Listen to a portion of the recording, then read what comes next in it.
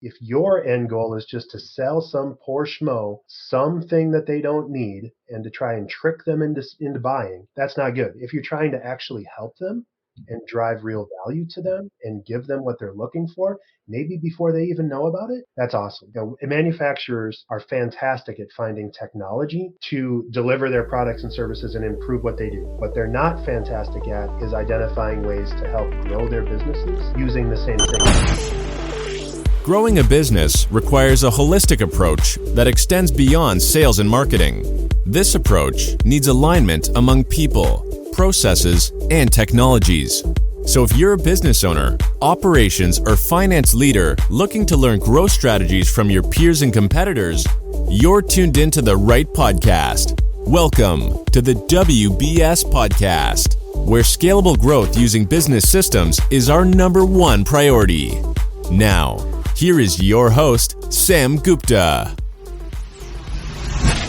Hey everyone, welcome back to another episode of the WBS Podcast. I'm Sam Gupta, your host and principal consultant at digital transformation consulting firm Elevate IQ. Email has always been the most predictable channel to drive your customers back to the funnel for e-commerce or digital savvy companies. Email keeps them engaged and provides opportunities for them to get the best out of their investments and the additional purchases they might be able to make through cross-sell and upsell. Also, with the advancements in artificial intelligence and recommendation technologies, the new tools are able to recommend exciting workflows that may not have been possible before because of disconnected datasets and siloed systems. Since the newer artificial intelligence technologies can process both structured and unstructured data, the need to have consistency across datasets is not as relevant. So what do e-commerce companies need to know about modern architecture and tools and creating email strategies based on that? In today's episode, we invited a panel of cross-functional experts for a live interview on LinkedIn who brings significant expertise to discuss email marketing strategies for e-commerce. We discussed the difference between transactional versus promotional email and the use cases for e-commerce email marketing strategies that companies might not be utilizing just yet. Finally, we covered how the identity of visitors can be tracked across channels and systems to capture email events and triggers through their entire life cycle, as well as the newer technologies and trends that can be utilized to tap into more sophisticated use cases for email marketing. With that, let's get to the conversation. Hello everyone, welcome to today's show. And if you are joining for the first time, this is part of our e-commerce series for which we meet every Wednesday at 5:30 p.m. Eastern. We pick one topic related to e-commerce and we always have a very exciting panel that is willing to share their insights and wisdom. For today, we are going to be talking about email strategies for e-commerce companies. There's always a distinction between how the product and services companies and how their workflows are going to be, and we are going to be digging deeper into the technology options that e-commerce companies have these days to go crazy on email and using that drive sales. We are going to start with everybody's intro, and after that, we'll dig right into that. If you don't know me, I am Sam Gupta. I am principal at Elevate IQ. I have roughly 20 years of experience leading ERP and digital transformation engagements, primarily focusing on e-commerce. So obviously, this topic is near and dear to my heart. As part of Elevate IQ, we are an independent ERP consulting firm, and our focus is going to be on business process redesign, business case development, business architecture using multiple systems, enterprise architecture, and the ERP implementation. On that note, I am going to move to Chris for her intro. All right. Thank you, Sam. Great to be here with Dave and Steve and yourself. Yes, I'm Chris Harrington, the president of Gen Alpha Technologies. We are a SaaS company, and we deliver a complete digital commerce solution for equipment manufacturers and aftermarket parts organizations. As far as this topic of email goes, I see email strategies for the companies that we serve as a really big opportunity and really underutilized today. So I think if you're in equipment manufacturing or aftermarket and you have an e-commerce site, listen up, have those ears perked, because this is something you should be doing with your business today. So glad to be here, Sam. And these are going to be golden nuggets that are going to have real money for you. So stay tuned. We are going to have a lot of insight. Thank you so much for being here, Chris. Steve, I'm actually going to come to you for your intro if you don't mind. Great. And thank you for having me on the show, Sam. And good to see Chris and Dave again. My name is Steve Rice. I just remembered what my name was. And I'm the founder of .com Jungle and the Globally Conscious Leader. And the main focus of .com Jungle is we help companies make and implement wise technology choices, often developing websites and integrating them with ERPs with folks like Sam. And with a Globally Conscious Leader, we're actually leveraging sustainability and circular economy thinkers in supply chain CPG companies as mentors to business folks so that they can increase their awareness and the drive towards sustainable business practices. All right, amazing. And I love every partnership that we are doing together, irrespective of whether we are talking about partnership on this panel or the business. Thank you so much for being here, Steve. All right, Dave, I'm actually going to move to you for your intro. Hey, everybody. Dave Meyer with BusyWeb. I'm the president and founder of BusyWeb. And for the past 23 years, we have been developing and producing helpful content and driving leads for our manufacturing B2B services clients. For e-commerce, we focus on our clients to help use email as one of the lead things to get folks into the CRM and then to automate the responses so that we're actually giving people what they're looking for instead of just trying to cram our message down their throats. So we're going to talk about that a lot today. Thanks, Sam. Amazing. And this is going to be your sweet spot. We are going to get so much insight from you, Dave. Thank you so much for being here.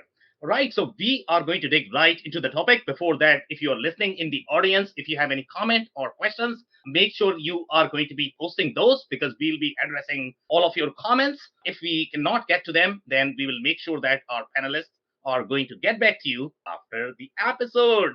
So we are looking forward to reviewing your comments and questions. On that note, Chris, I am going to start with the first question, which is going to be the use cases for the e-commerce companies. And obviously, we are looking for crazy scenarios that companies may not have explored so far from the email perspective. So right now, we are talking about the possibilities of what all may be possible from the email perspective. What are the trends that e-commerce companies can capitalize on and then fire the email to drive sales? As I was thinking about this topic, I divided the types of emails into two types, which were transactional emails and promotional emails, because I think that, when you think about your e-commerce site, there really are these two aspects. And as a developer of a SaaS platform, we think a lot about the transactional side. And I want to make sure we mention those things because I think it's really important to ensure that customers are getting the information they need or that they even expect when they do business with your e-commerce site. So if we just start with the transactional side of things, that's really a welcome email after they have registered as a logged in user. And now they're going to be accessing maybe the ability to order on account through your website. So really welcoming them, maybe a quick video on how to use the site or what would be some key features for them to consider when they're there that would be really helpful and help them do their job. I work in the B2B space predominantly, and really B2B manufacturers through their e-commerce sites are trying to help the customer do their job.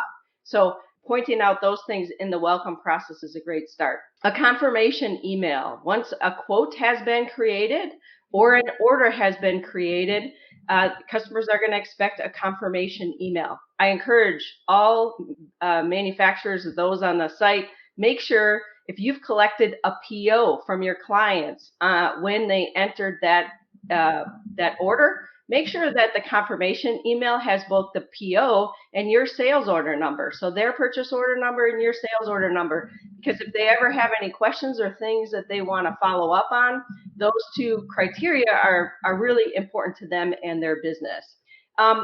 I also want to say that we typically do a good job with abandoned cart emails, which I would say to more be a promotional item. Yep. But a quote follow-up email is just as important. So quote follow-up emails sometimes get lost because you have your automation set up for your abandoned cart emails, but you might not have automation set up for when a customer creates a quote. And this is usually a great opportunity for sales engagement as well. So don't forget to think about the emails after and the whole quote follow-up process when they've entered a quote through your system. A delivery confirmation email is another transactional email that we don't want to forget. That's after the product has shipped. If they've used your website to pay their open invoices, make sure you send them a confirmation email that the payment has been received. So that's, again, another transactional. Notifications. Many e-commerce sites are built with notifications inside the e-commerce site. And those notifications might tell them something new about what's existing for them. It could be a personalized notification, or it could be some other notification. What I will say is that's great on your e-commerce site, but what about those people that aren't always engaging with your e-commerce site? Some notifications you might want to have an email built around. So I'm just referencing that. A return. So those companies that are using your website and you've turned on the ability for an RMA, again, in the B2B world, an RMA is a very intricate process, a return materials authorization. That typically has a workflow. So they are looking for the approval first to return the goods, and then they get that return approval, and now they have something that needs to go with the package back to the manufacturer so they can truly receive it. So that return process, think about the transactional emails that you need to make sure that you're giving that information through that workflow. And then an email after chat. This one just came to me as I was thinking about the process. People will chat with you while they're in the e-commerce site, and maybe they didn't finish their thought. Maybe you solved their problem. Maybe you didn't. Maybe they left the site early. Is there the ability for you to email something to your customer to keep that conversation going after they've chatted with you? So I would think about email during that whole chat process and how you might utilize that. On the promotional side, and I know my fellow panelists here are going to have a lot of thoughts on this. This is probably a world that they play in a lot. But abandoned cart emails, I mentioned, any at-risk customer. So like in our analytics, we have a set point that we set with every customer. And then we know if they haven't purchased or come to the site, logged into the site at a certain point, that customer starts to become at risk. Is there an email that you can send to re-engage them because they've hit your at-risk threshold? I would call that a promotional email.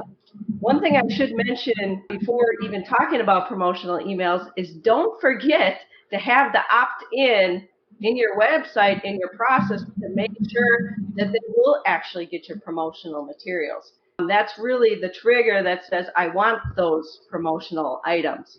Seasonal, when we've talked about some of this in previous sections, so there might be, but pre-season promotional items, end of season sales and things, those are promotional activities. So as you think about your product, I've worked in the mining world, and in the mining world, they only did large maintenance products and large maintenance and shut down the machinery in the summer months because it was too expensive and too cold to bring in all the equipment that needed to be done for major overhauls. So what type of emails could you be sending your clients to prepare them for the upcoming events that are seasonal activities according to the products that you sell? So that's a suggestion I have. Services. Again, this is an opportunity if you do inspections, if you do tune-ups, if you have software upgrades. This is a promotional type opportunity.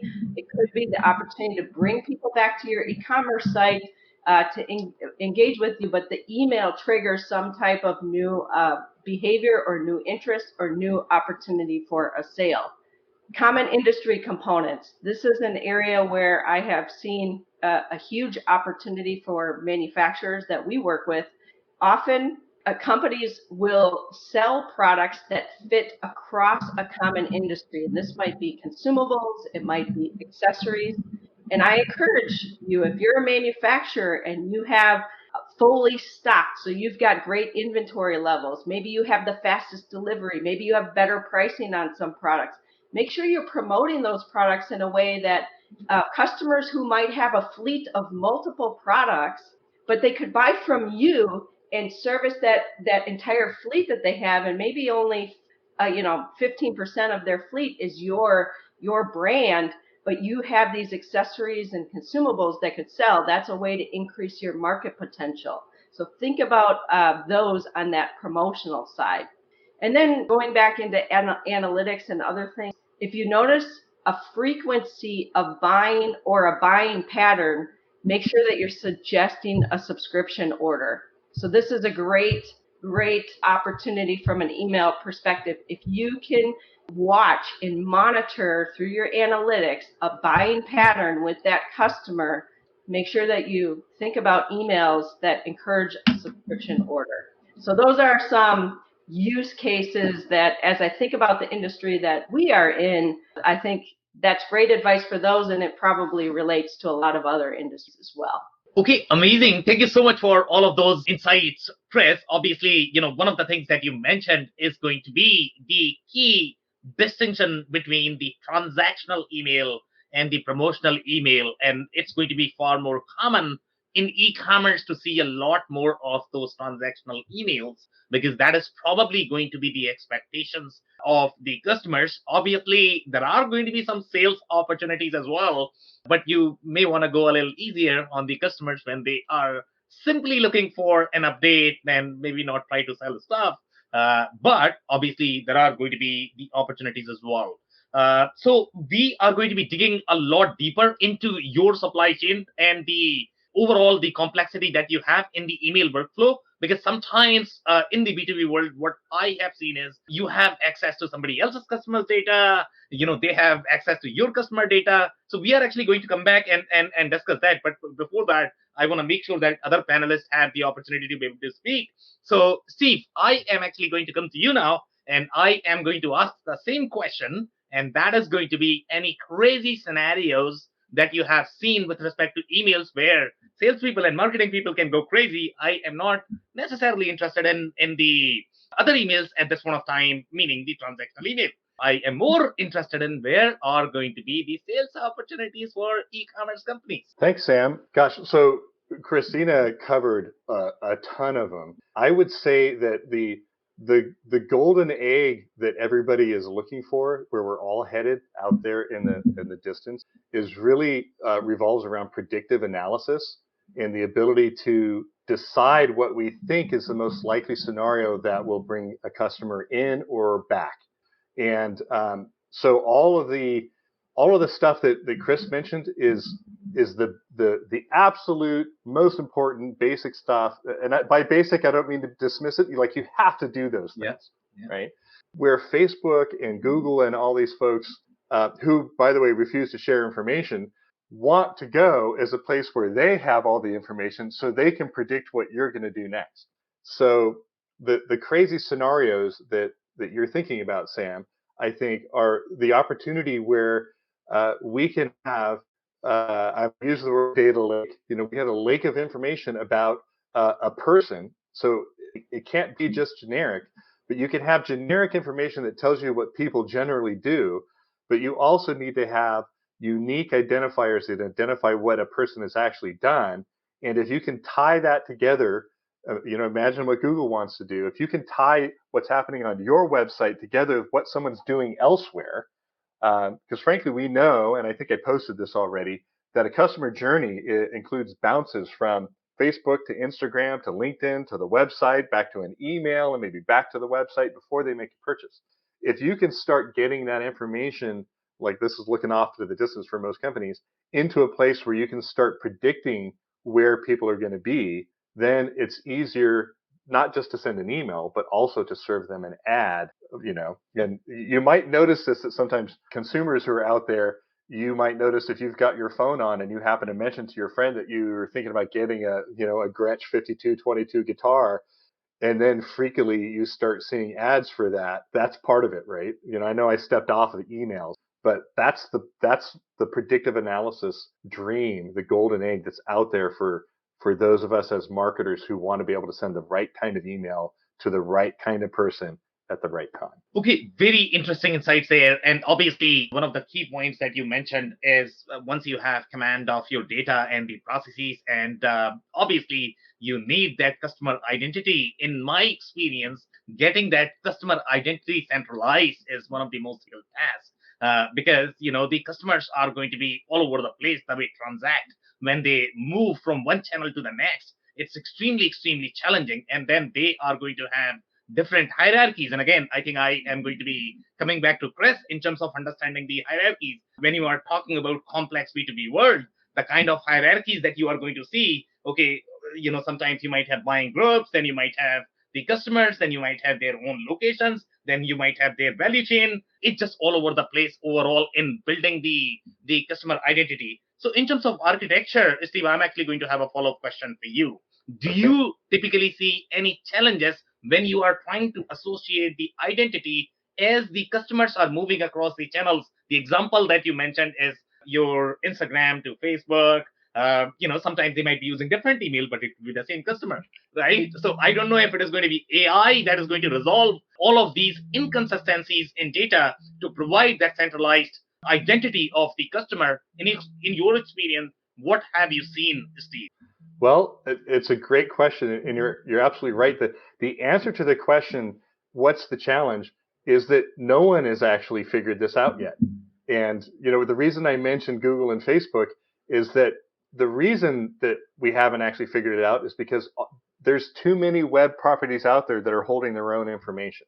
If Google and Apple, Yahoo, and Facebook actually all shared information to anyone, and we could look in there, you could do a ton of predictive analysis. But they're all holding on to their information because they want to predict it themselves. So one of the answers is no one's actually done it.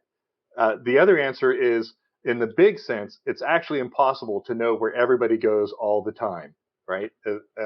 Although the NSA, maybe they would argue it.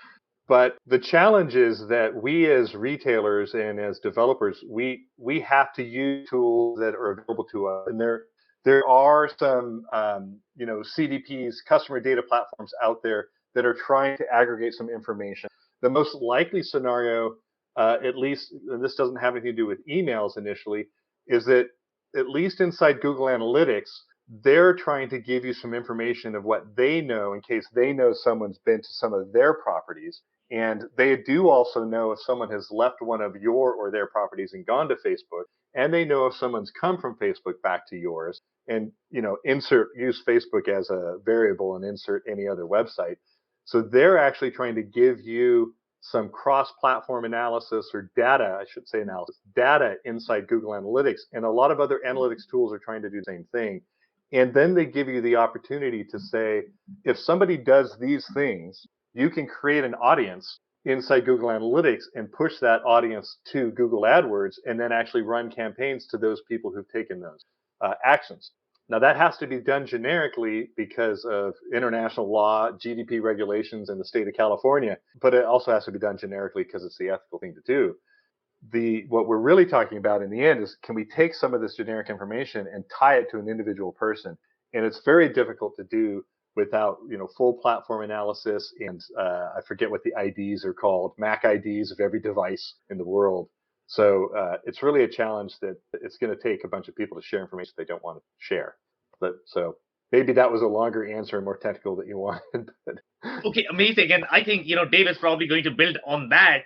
He's really passionate about talking about Apple, and he always has a lot of insights. But before I come to Dave, I'm actually going to cover all of these comments that we got so far from the audience. So Sneha, you are absolutely right that for the nuclear companies, they are definitely able to proactively monitor, but nuclear companies are not the only one. I am pretty sure Chris is going to have a lot of insights because any of the large equipment world, I mean, this is a gold mine for them.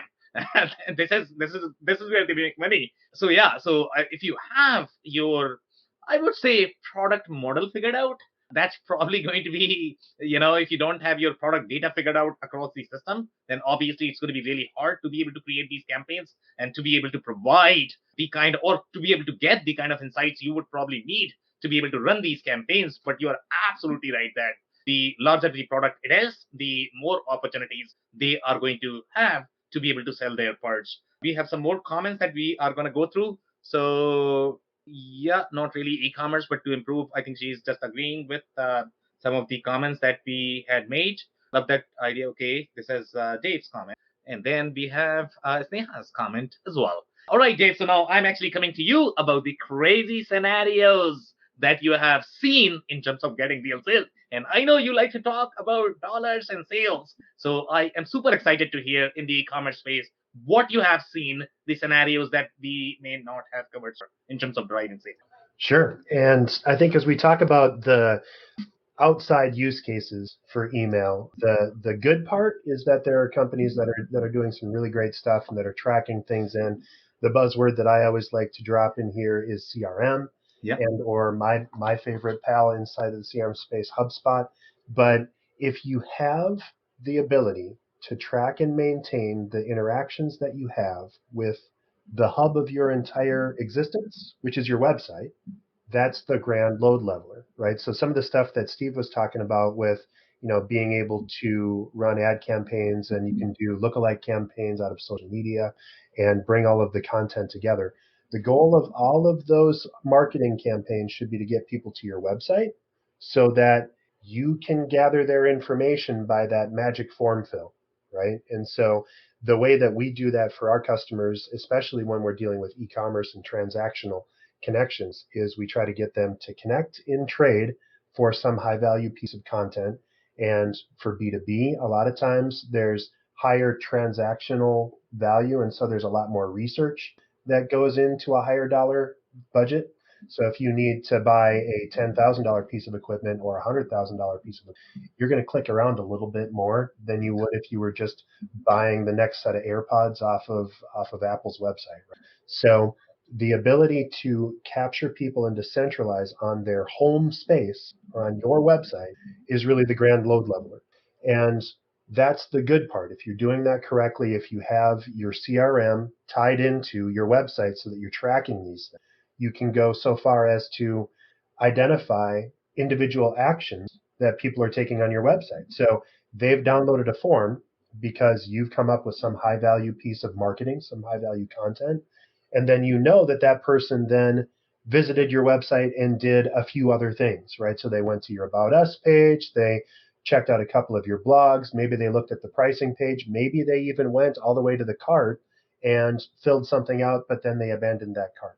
That's when you can come back with email and proactively send people messages. Email is the grand equalizer for all marketing. It's the one thing that all of us still have. Even millennials, even Gen Z has email. They won't admit to it and they hate you when you send it to them. But if you're sending out a message and you need to reach someone, the grand equalizer is email. So if you're sending folks to those spaces, having that email address is just essential. Now there's new stuff coming in, and there's legislation happening, and there's the iOS 15 stuff that's happening where you're not able to measure the opens as well. And iOS 15 actually on any Apple device, you're just seeing anytime a message is delivered is registering as an open, which is bad in that all of a sudden your numbers look like they're through the roof when they're maybe not. But the end result of any great email is to register a click. Clicks, conversions are still something that you can use as a marketer and as a driver of revenue for your business in order to note if people are actually doing what you want them to do. So I'm going to talk all about this later, I'm sure, Sam, but I think that's good. So on the narrow side, on the use cases, making sure that you're tracking and you're connecting to everyone. On the bad side, people get lazy with email, and so that's an extreme use case as well. Whenever you're spamming people, whenever you're sending things to people and you're not respecting the relationship, Yeah. if I register for your newsletter, or if I sign up or buy something from you, and all of a sudden you're sending me 5-10 emails a week or 5-10 emails a day sometimes, Yeah. that's spam, and that's going to just, I mean, it's a great way to just shoot yourself in the foot as you're trying to establish a long-term relationship with. And like Chris mentioned at the beginning, you want to be able to continually engage these folks by thoughtful and considered messaging. And that's where email marketing, again, can come back in and can keep reminding people that you're useful, you're helpful, you're valuable, and remind people that you're there. But you're not going to get there if you're not respecting the engagement and what people are expecting from you. So never spam. Always take the time to get people to do something on your emails. And that's probably another thing that people try to do too much with. They're like, well, I don't want to send that many emails to my customers, so I'm just going to send them a 17-page newsletter with 75 links that'll give them everything they could possibly do with me, right? If you give people more than 3 choices in any email, they're going to take no choice. They're just going to say, maybe I'll get back to that later. And I'm from the Midwest. I'm in Minneapolis. You may have heard of Minnesota Nice. Later is the Minnesota Nice version of never. You're never going to go back to an email if you ever say later. So give people few choices, make it very clear, and get them to keep interacting with you so that you can. So, Dave, I'm actually going to have a comment there with respect to your 17-page newsletter. Typically, the kind of newsletters that I like to send out, and as you know, I am more of the long-form content guy, and my newsletters are probably going to be 70 pages, 70. That's how long they are. But love your insight, especially about the brand equalizer that you said about the email. You're absolutely right that irrespective of the audience segment that you might be serving, everybody uses email in some shape or form. So that is still one of the best way of creating the engagement. And that is another keyword that you had used in your analysis. Now, I am actually going to cover these comments from the audience, and then I'm actually going to come to you, Chris, for the next question. So, Sneha, you are absolutely right that about the social media that companies are really underestimating the value. And I don't know whether they really can visualize the possibility on social media. So right now, obviously, on social media, we are pushing a lot of content, but that content is not really correlated with the product because you need to know which products are performing on which social media. And for e-commerce, I think that is a critical insight because you need to be pushing the content that is performing on each of the channels. And then obviously, once you have that correlation, then you need to figure out, okay, if you're able to sell anything because of your social media, but I don't think companies are there yet overall in terms of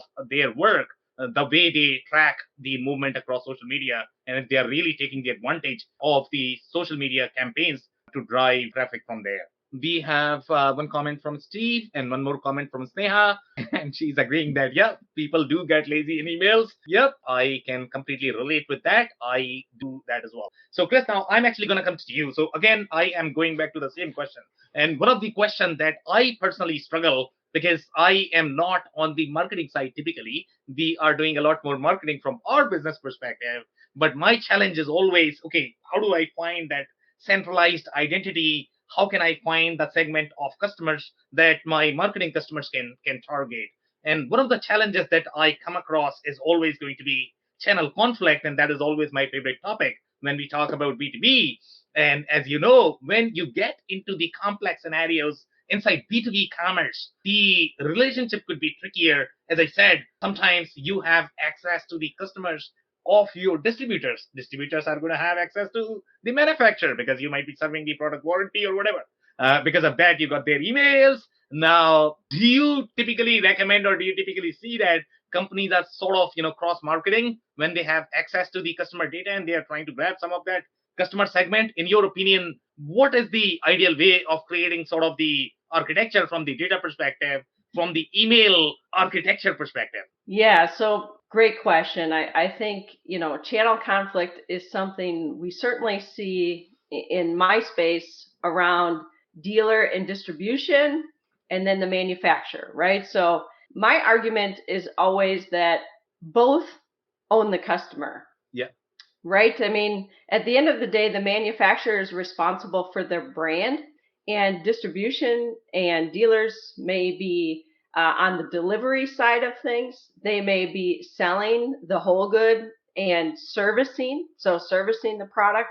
But depending on the go-to-market strategy, manufacturers have a responsibility to own the brand. And not what I have seen again in the space that I serve is that many of their dealers and or distribution network aren't consistently doing the things that need to be done to ensure, relevance and to make sure that the brand identity is there for the customers who have purchased their products, whether that was direct through the manufacturer or through their distribution network.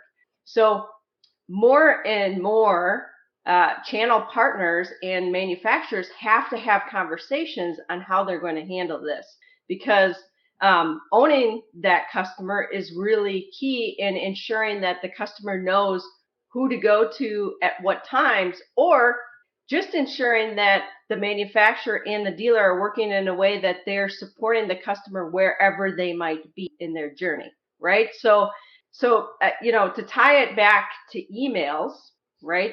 Many of the time, most of the time, and again, if a whole good is being sold to the distributor or the dealer, and they are owning that within their facility, in their inventory, and then they sell. So the dealer or the distributor sells it to the end user. It is in the registering of that product that you get the end user information if the manufacturer asks for it, right? So if I register my product, I as the manufacturer, if I force the dealer to have that information, including the customer who bought it, their information, now I, as the manufacturer, can send emails and send communication. If I don't capture that data, there's a high likelihood that the manufacturer will not know who has purchased their products. So they're leaving the email opportunity up to the distribution and dealer network. So I guess I'm trying to answer your question directly on that dealer channel conflict that's being faced today. There is a hierarchy. I think that most companies are working through this right now, and many of them are not doing it well yet. Ideally, manufacturers are starting to use more and more technology that is going to tell a customer what they need when they need it. And again, who does that and how that happens has to be decided between the manufacturer and the distribution network, right? So think about telematics on a piece of equipment. If my machine is reaching a certain level, or there is some technology on that machine that has been installed that informs the manufacturer of where that a piece of equipment is, it could be telling through an email exactly what that customer needs, when they need to be, servicing. We're seeing this all for our vehicles today. I have a vehicle. I get emails when they expect my maintenance time to happen. Now I'm getting emails from the dealership in that case, because the dealer wants to service my vehicle.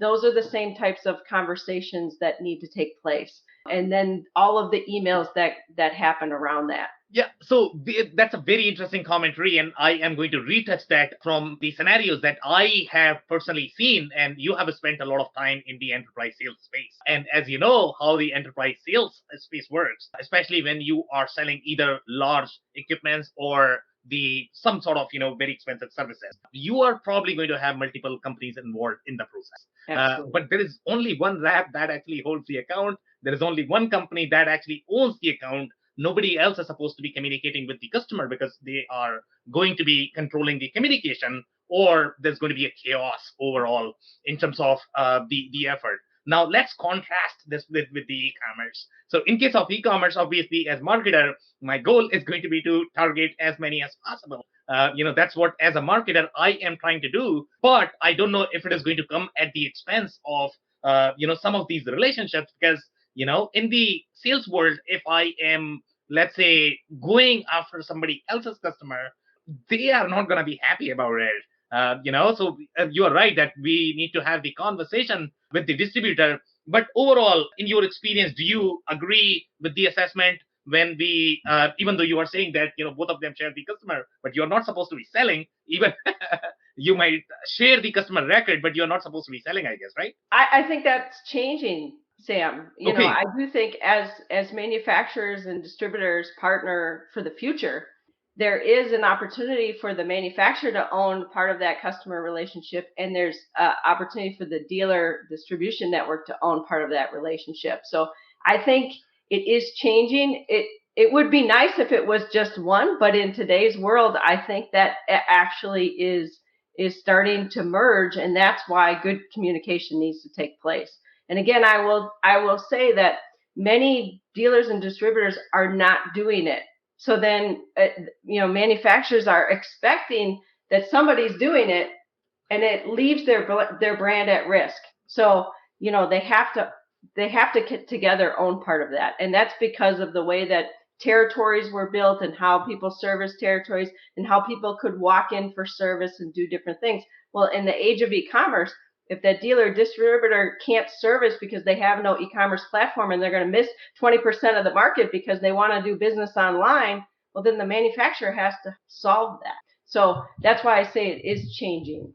Yeah, could not agree more. And you're absolutely right that you have to have the right communication, set up and expectations set up front, so that there are not going to be any surprises for the manufacturers as well as distributors. So, Steve, I'm actually going to come to you for your insights, even though you are not as much in the B2B world, but your world is equally complex as well. When we look at especially the CPG market in the sports goods world, I mean, there are going to be a lot of different complex hierarchies that I have personally seen. And as I mentioned, that you are going to have buying groups, they are going to have customers underneath them, you are going to have customers, and then they are going to have many different locations, they are going to have different relationships in the mix. So obviously this gets very complicated as well. So in your experience, what have you seen when you are establishing email campaign architecture, from different perspectives? Because you could be a buying group, you could be a manufacturer, then you are probably targeting the similar customers. So how do you sort of set the boundary and the expectations in the relationship so that you don't have overlap when you are communicating with the customer through email? Well, I think there's two questions and / answers inside this. One is like, what's the ethical thing to do? Yeah. And the other is how does a company recognize there's a channel conflict and do something about it? And as Chris was pointing out, I think sophisticated and sort of forward-thinking manufacturers look at a channel conflict and see an opportunity. And additionally, the retailers or distributors who see a conflict are also looking at a potential opportunity, meaning they can go back. They should be all talking to each other and communicating and saying, well, what are we going to do about this? And a sophisticated manufacturer is going to actually say, okay, we either value the relationship of our dealers and our retailers, or we don't. And if you value the relationship with your retailers and your distributors, then you need to not care that you're going to make less margin on a sale that they make, because what you actually care about is the user experience of your customer at the far end, right? So if you're sophisticated enough to say that to yourself and not say, well, we're going to grab all the money for ourselves and just sell off the website, the heck with the rest of you guys, then you're going to have conversations lead to win-win scenarios where you're actually working together. And I've seen this in several companies. You're actually working together, and you're not exactly sharing customer information, because that's where the ethical piece comes in, but you're working together to drive people in that area to that region's dealers, essentially. And it's not uncommon with the companies that I work with where they might actually run ads. Say they actually pay for ads in Atlanta or Georgia, and instead of sending people to their own website, they'll send them to the largest the largest retailer in the greater Atlanta region that sells their product. Or maybe they'll actually have multiple ads with multiple destinations and spread that love, but they're actually paying for advertising and sort of giving that as part of the relationship to their retailers. I've seen that happen. As far as email sharing, this is where ethics comes in. If I'm a manufacturer and I have a ton of emails and I'm lucky enough to sort of have them geo-targeted, it's really not appropriate for me to give that email list to, say, Home Depot in Georgia. But I can send out an email to the list that is functionally geo-targeted myself and say, here's our stuff. You can go to the Home Depot to get it. So that's my answer to how do you do that ethically? How do you share emails? It's basically you like saying, Sam, I want all my people to know about you, and me saying, well, why don't you give me your email list? And your appropriate answer would be, I'm guessing what? No, right? Yeah. No, right? No, I'm not going to give you my email list. But Exactly. you might be willing to say to your email list, I met this great guy named Steve. He's got this great company called .com Jungle. By the way, you could also meet Dave and Christina. They're awesome. You might be willing to send that email out. That would be perfectly legitimate. So that's the ethics of it are basically that simple. Yeah, could not agree more. And I guess, you are bringing a very, very, very important point, and that is going to be ethics. And obviously, that is going to be, there is a very thin line in terms of ethics. And yes, the companies need to be ethical in terms of what they really own and what they don't own. And accordingly, they should be communicating. And you are also touching on the similar points as Chris, that, the communication, collaborations, and the expectations, I guess those are going to be super critical. So Dave, before I come to you, obviously I'm going to cover Sneha's comment, and that is going to be, yes, you are absolutely right about the go-to-market strategy, and yes, they don't really invest enough time in developing that, and obviously you are not going to find as many opportunities. So Dave, now the question for you is going to be, obviously your sweet spot is going to be HubSpot. And in case of HubSpot, the hierarchy that we have, I mean, the challenging scenarios that these guys are seeing from their perspective, you are probably not going to have as complex hierarchy inside HubSpot. But when you come across these scenarios, do you notice that, companies are trying to target somebody else's customers? Are there any ways where you might be able to restrict that inside HubSpot? What have you seen in your experience when you are trying to design these email campaigns when it comes to targeting somebody else's customer versus not targeting somebody else? I think if you have a good ERP that connects your customer services together, you can use that data and then tag that data inside of your CRM so that you understand whose lists are whose, right? So when we set up a customer on our or on a CRM, we like to make sure that they have different pipelines that manage the different relationships, and that each of those pipelines has the right automation to respect the relationship. All of that goes back to information architecture, and you have to make sure that every single lead source is tracked and connected appropriately across the network. What Steve said is really interesting, and I think it's becoming increasingly a hot button, both just kind of in the world and especially politically right now. People expect that you're going to treat their data as sacrosanct. Privacy is a big deal. And so it's not okay for company X to just download and share the data. And a lot of times for businesses that have traditionally been territory driven, the fact across COVID over the last year and a half has basically wiped out the notion of territories, especially when you're talking e-commerce. It doesn't matter if you're in the Southeast or the Northwest, in Canada and the US, you can click buy anywhere. And so you have to watch the relationship and either geotag those people or bring them back in. Make sure that you're tagging and tracking all of the contacts so that you know where the one sole point of truth is for who owns that data, who owns that customer. And if you do it right inside of your CRM, then you know, okay, well, my distributor was the source of this lead. They got me that contact. They actually completed a order from me, and I want to give them the credit, or I at least want to make sure that I'm giving them the right connection, or that I'm saying, thank you on behalf of Home Depot or whatever customer X is, right? So if I'm giving them the right information and if I'm tracking it correctly, which is difficult, especially when we're talking real world, if you've got 17 distributors and you're trying to go to market as well, it's really tough to track all of those different things, especially since the territories are kind of gone now. But if you track it inside of a CRM and you go by who the owner of that data record was, that can help simplify that. And then you just make sure that, again, you're respecting the relationship and what that person expected. This is a customer who is interested in X. This is a customer who has visited these pages on my website. And so I'm going to give them proactively, it's been 90 days since their last order, and we know that the life cycle of this product is 75 days. So I should probably proactively reach out to them and see if they're interested in another order, or bringing them back with a buy one, get one, or we miss you, or something like that. Again, making sure that you're just careful with how you treat that data and that you're adding to the conversation, not simply spamming. And if you're simply just, wild westing it and say, hey, distributors, do whatever you dang well please. I don't know where they're coming from. You don't know where they're coming from. Let's all send them notes. You can spam the heck out of people, and that's going to bite you in the back and not have the end result that you're looking for. So if all of a sudden they've expressed an interest with one of your products, and then distributor A, distributor B, distributor Z, and you sends them a message trying to sell them, nobody's going to buy it because they're going to go to the competitor that isn't bugging the crap out of them in their inbox.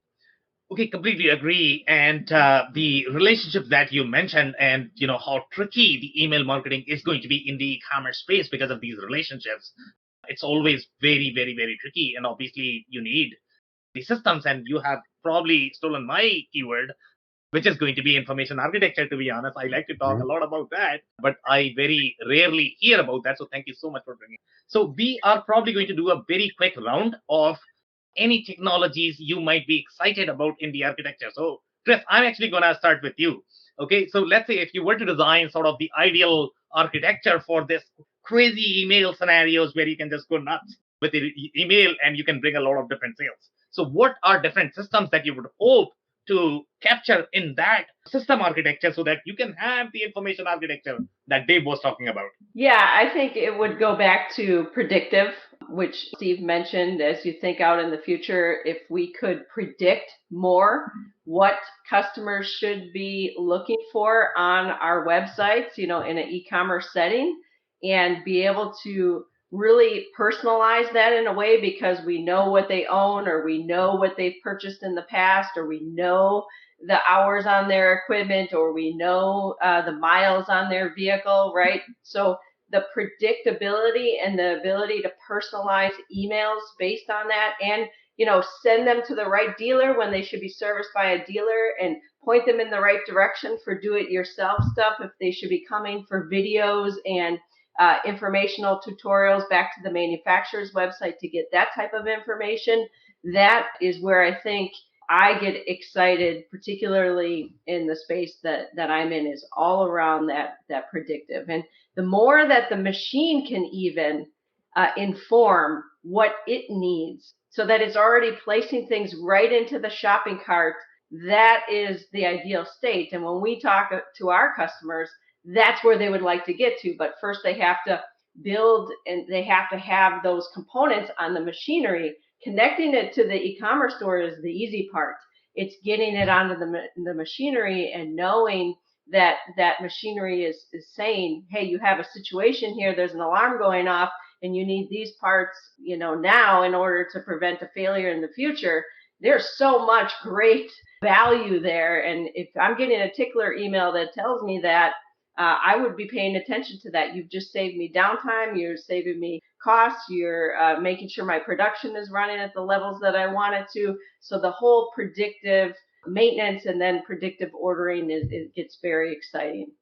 Okay, love it. Thank you so much, Chris. So Steve, I'm going to ask the same question to you. What are different systems that you might like to utilize in the new architecture where you can go crazy with emails and drive some real sales? Well, Sam, you got me thinking about this and customer data platforms, and I think that when everybody's talking about digital transformation, what we're really talking about is getting everything in the cloud and connecting everything in a big data lake. And there's all these words like data lake and data warehouses and cloud that are thrown around. I think the answer to your question is, how can we create a data lake that then has analysis tools sitting on top of it that then gives us information upon which we can create rules and actions that happen? And, HubSpot, the best part about HubSpot is be able to create rules that put people into different categories, and then create other rules that say we can take all these three different categories and put them together and send out an email that looks like this. With basic customer data platforms, that's where all of that is heading, is basically a big data lake of information.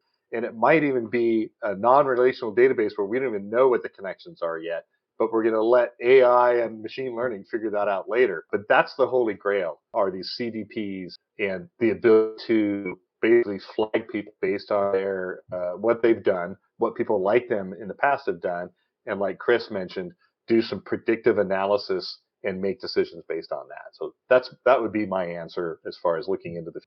Okay, amazing. Love the vision. Thank you so much, Steve, for that. Dave, I am looking for your vision. What are different systems you would like to utilize in your architecture to go crazy on emails to drive sales? I love what Steve and Chris have said in that you need to have a system that you can track together. I love CRMs, but CRMs aren't the be all end all. I love the ability to track AI and data and traction and pull that together. There's a lot of really amazing tools that you can use. I wish Ben was on with us because I know that he has some big data stuff that he's great at. The trick with big data, like capital B, capital D, big data, is that with great power comes great responsibility. And not only are you going to face a huge backlash if you do it wrong, but you're going to tank your business because you're going to upset millions of people instead of dozens, right? So you need to be very careful. Instead of focusing on the architecture of the contact and all of the different ways that you can come in, I'm sure that this has been said before somewhere, but if not, I'm going to take credit for it. Instead of information architecture, we need to spend some time thinking about value architecture. If you're not actually bringing real value to that person as part of your interaction, if your end goal is just to sell some poor schmo something that they don't need and to try and trick them into buying, that's not good. If you're trying to actually help them and drive real value to them and give them what they're looking for, maybe before they even know about it, that's awesome. Manufacturers are fantastic at finding technology to deliver their products and services and improve what they do. What they're not fantastic at is identifying ways to help grow their businesses using the same thinking, by using new technology, by thinking outside the box, by using tools that are tried and true and that they maybe haven't tried. So getting that mindset turned over to using some of that big D, big B, big D, big data and AI to help deliver more value to their customers is where they should be focused. Okay, amazing. Love it. So we are going to take really super short closing advice now because we are close to our time. So Chris, what would be your closing advice? Something we've learned about emails in the B2B space is test text-based emails versus graphic-based emails. Sometimes spams and other things will block the graphics and you won't get your text emails through. So for those of you that are dabbling in all of this, text-based emails get a lot of opens. Okay, amazing. Thank you so much, Chris. Steve, super short closing advice, please. I'm going to say that most people, manufacturers and CEOs who are watching this, aren't making use of the information, customer information they have on their website right now, and they need to call somebody like Dave to install, integrate, and set up HubSpot so that it's automatically identifying customers on a myriad of activities, and then worry about what emails you're going to send to them later. But start creating those lists of people who are taking actions, and then you can start doing A/B testing deals to see who's going to respond and why. Love it. Thank you so much, Steve. Super short closing advice, Dave.